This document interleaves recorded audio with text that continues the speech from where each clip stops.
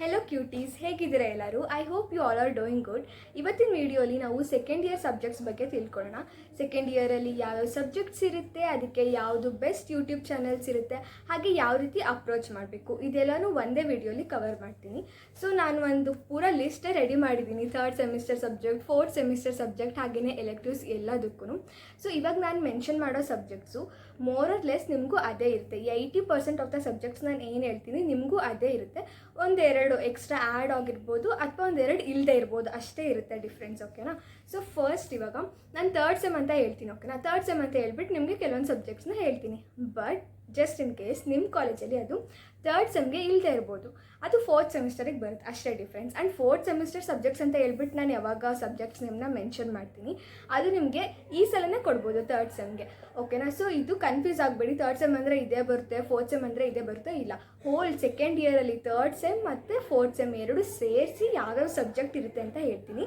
So that ನಿಮಗೆ over all second year ಅಂದರೆ third sem ಮತ್ತು ಫೋರ್ತ್ ಸೆಮ್ ಎರಡರ ಬಗ್ಗೆನೂ ಒಂದು ಐಡಿಯಾ ಬರುತ್ತೆ. ಓಕೆನಾ?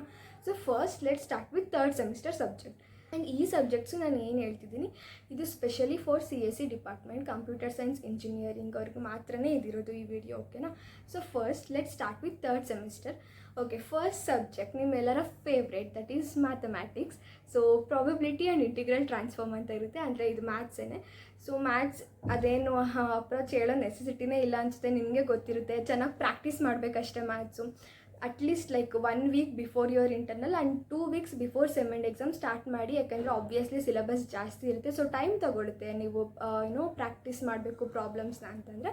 ಸೊ ಹಾಗಾಗಿ ಸ್ಟಾರ್ಟ್ ಅರ್ಲಿ. ಇದಕ್ಕೆ ಯೂಟ್ಯೂಬ್ ಚಾನಲ್ಸ್ ಯಾವುದು ನೀವು ರೆಫರ್ ಮಾಡ್ಬೋದು ಅಂತಂದರೆ ಡಾಕ್ಟರ್ ಗಜೇಂದ್ರ ಪುರೋಹಿತ್, ಹಾಗೆಯೇ ಡ್ರೀಮ್ ಮ್ಯಾಥ್ಸ್. ಓಕೆನಾ? ಸೊ ನೀವು ಇವೆರಡು ಚಾನಲ್ಸ್ನ ಕೂಡ ನೀವು ರೆಫರ್ ಮಾಡ್ಬೋದು. ಇವೆರಡು ಅಂತಲ್ಲ, ಇನ್ನು ಎಷ್ಟೊಂದು ಚಾನಲ್ಸ್ ಇದ್ದಾವೆ. ನಿಮಗೆ ಯಾವುದ್ರಲ್ಲಿ ಅರ್ಥ ಆಗುತ್ತೆ ನೀವು ಅದನ್ನು ಫಾಲೋ ಮಾಡಿ. ನಾನು ನಿಮಗೆ ಒಂದು ಐಡಿಯಾ ಸಿಗಲಿ ಅಂತ ಅಂದ್ಬಿಟ್ಟು ಎಲ್ಲ ಸಬ್ಜೆಕ್ಟ್ಸ್ಗೂ ಒಂದು 2-3 ಯೂಟ್ಯೂಬ್ ಚಾನಲ್ಸ್ನ ಸಹ ಹೇಳ್ತಾ ಇದ್ದೀನಿ. ಆ್ಯಂಡ್ ನೆಕ್ಸ್ಟ್ ಒನ್ ಬಂದ್ಬಿಟ್ಟು data structures with C or Java, ಯಾವುದಾದ್ರೂ ಒಂದಿರುತ್ತೆ. ಓಕೆನಾ?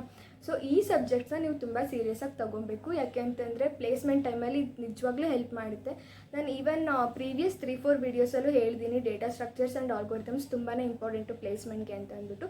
ಸೊ ಹಾಗಾಗಿ ಈ ಸಬ್ಜೆಕ್ಟ್ನ ಡೇ 1ನಿಂದ ಚೆನ್ನಾಗಿ ಓದ್ಕೊಳ್ಳಿ. ಅಂದರೆ ಇದು ಬರೀ ಓದ್ಕೊಂಡ್ರೆ ಸಾಲದು, ಅಂದರೆ ಬರೀ ಕಾನ್ಸೆಪ್ಟ್ ತಿಳ್ಕೊಂಡ್ರೆ ಸಾಲದು, ಅದನ್ನು ಸಾಲ್ವ್ ಮಾಡೋಕ್ಕಂದರೆ ಅಪ್ಲೈ ಮಾಡೋಕ್ಕೆ ಬರಬೇಕು ಪ್ರಾಬ್ಲಮ್ಸಲ್ಲಿ.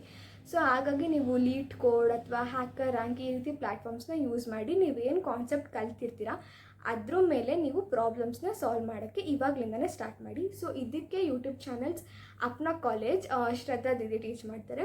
ಆ್ಯಂಡ್ ಜೆನ್ನಿ ಮ್ಯಾಮ್ ಲೆಕ್ಚರ್ಸ್ನ ಸಹ ನೀವು ನೋಡ್ಬೋದು. ಜೆನ್ನಿಸ್ ಲೆಕ್ಚರ್ಸ್ CSIT ಅಂತ ಇವ್ರ ಚಾನಲ್ ನೇಮು, ನೀವು ಇದನ್ನು ಕೂಡ ಚೆಕ್ ಮಾಡ್ಬೋದು.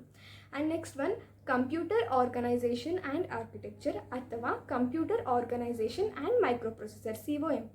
ಆ್ಯಕ್ಚುಲಿ ಮೈಕ್ರೋ ಪ್ರೊಸೆಸರ್ ಅನ್ನೋದೇ ಒಂದು ಸಪ್ರೇಟ್ ಸಬ್ಜೆಕ್ಟ್, ಆಯಿತಾ? ಬಟ್ ಕೆಲವೊಂದು ಕಾಲೇಜಲ್ಲಿ ಕಂಪ್ಯೂಟರ್ ಆರ್ಗನೈಸೇಷನ್ ಜೊತೆಗೇ ಮೈಕ್ರೋ ಪ್ರೊಸೆಸರನ್ನು ಇಟ್ಟಿರ್ತಾರೆ. So it depends on your college. ಇದು ಇಟ್ಸ್ ಲೈಕ್ ಥಿಯರಿ ಇರುತ್ತೆ, ಇದರಲ್ಲಿ ಸ್ವಲ್ಪ ಥಿಯರಿನೂ ಇರುತ್ತೆ, ಸ್ವಲ್ಪ ಅಲ್ಲಿ ಇಲ್ಲಿ ಪ್ರಾಬ್ಲಮ್ಸ್ ಸಹ ಬರುತ್ತೆ. It's a mix of both. ಇದೂ ಅಷ್ಟೇ ಪ್ಲೇಸ್ಮೆಂಟ್ ಟೈಮಲ್ಲಿ ಇಂಪಾರ್ಟೆಂಟ್ ಸಬ್ಜೆಕ್ಟು. ಸೊ ಇದನ್ನು ಕೂಡ ಚೆನ್ನಾಗಿ ಓದ್ಕೊಳ್ಳಿ. ಸೊ ಇದಕ್ಕೆ ನೀವು ಯೂಟ್ಯೂಬ್ ಚಾನಲ್ಸ್ ಯಾವ್ದು ನೋಡ್ಬೋದಪ್ಪ ಅಂತಂದರೆ, ನೀವು ಗೇಟ್ ಸ್ಮ್ಯಾಶರ್ಸ್ ಅಂತ ಒಂದು ಯೂಟ್ಯೂಬ್ ಚಾನಲ್ ಇದೆ, ನೀವು ಅದನ್ನು ರೆಫರ್ ಮಾಡ್ಬೋದು, ಅಥವಾ ನೀಸೋ ಅಕಾಡೆಮಿನ ನೀವು ನೋಡ್ಬೋದು.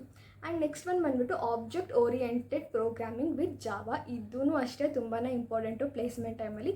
ಇದೂ ಅಂದರೆ ಸುಮ್ಮನೆ ಒಂದಿನದ ಮುಂಚೆ ಪ್ರಿಪೇರ್ ಆಗೋದು ಈ ಥರ ಮಾಡೋಕ್ಕೆ ಹೋಗಬೇಡಿ. ಡೇ 1ಇಂದ ಚೆನ್ನಾಗಿ ಪ್ರಿಪೇರ್ ಆಗಿ, ಬಿಕಾಸ್ ಇದು ಅಲ್ಟಿಮೇಟ್ಲಿ ಪ್ಲೇಸ್ಮೆಂಟಿಗೆ ಹೆಲ್ಪ್ ಮಾಡುತ್ತೆ ನಿಮಗೆ.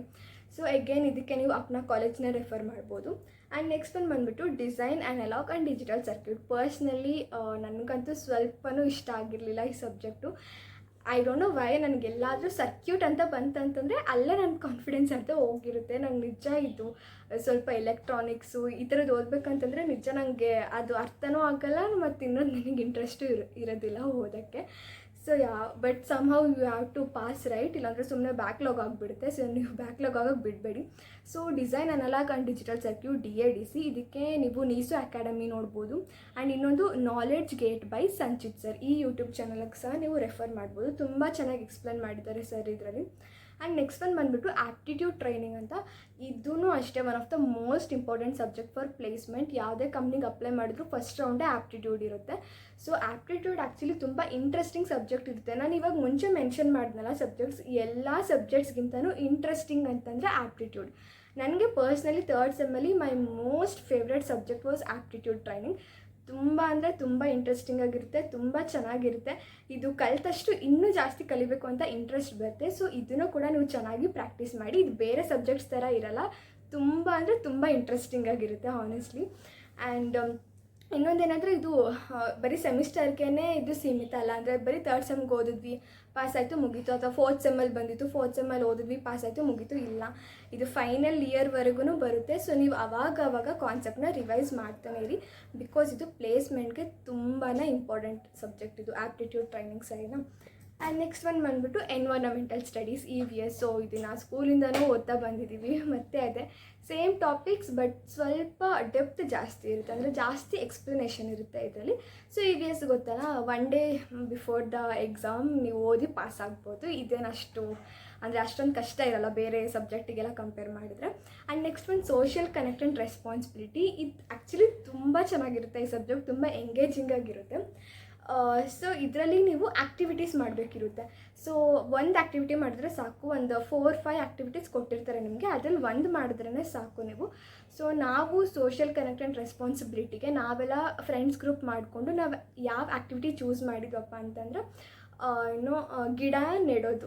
ಇದನ್ನು ನಾವು ಚೂಸ್ ಮಾಡಿದ್ವಿ. ಸೊ ನಾವೆಲ್ಲರೂ JKVK ಕಾಲೇಜ್ಗೆ ಹೋಗಿ ಅಲ್ಲಿ, ಅಂದರೆ ಇವಾಗ ನಾವು ಯಾವ ಟಾಪಿಕ್ನ ಚೂಸ್ ಮಾಡಿದ್ರು ಕೂಡ ಗ್ರೂಪ್ ಮೆಂಬರ್ಸ್ ಎಲ್ಲ ಅದನ್ನು ಎಕ್ಸ್ಪ್ಲೈನ್ ಮಾಡಿ, ಲೈಕ್ ಇವಾಗ ನಾನು ಹೇಳಿದ್ನಲ್ಲ ಗಿಡ ನೆಡಬೇಕಂತಂದರೆ ಇಂಪಾರ್ಟೆನ್ಸ್ ಹೇಳಬೇಕು ಏನಕ್ಕೆ, ಆ ರೀತಿ ವೀಡಿಯೋಸ್ ಮಾಡಿ, ಆಮೇಲೆ ಗಿಡ ನೆಡೋದನ್ನು ವೀಡಿಯೋ ಮಾಡಿ ಅದನ್ನು ಎಡಿಟ್ ಮಾಡಿ ಅಪ್ಲೋಡ್ ಮಾಡಬೇಕಂದ್ರೆ ಟೀಚರ್ಸ್ ಒಂದು ಲಿಂಕ್ ಕೊಟ್ಟಿರ್ತಾರೆ, ಅದಕ್ಕೆ ಹಾಕ್ಬೇಕಷ್ಟೆ.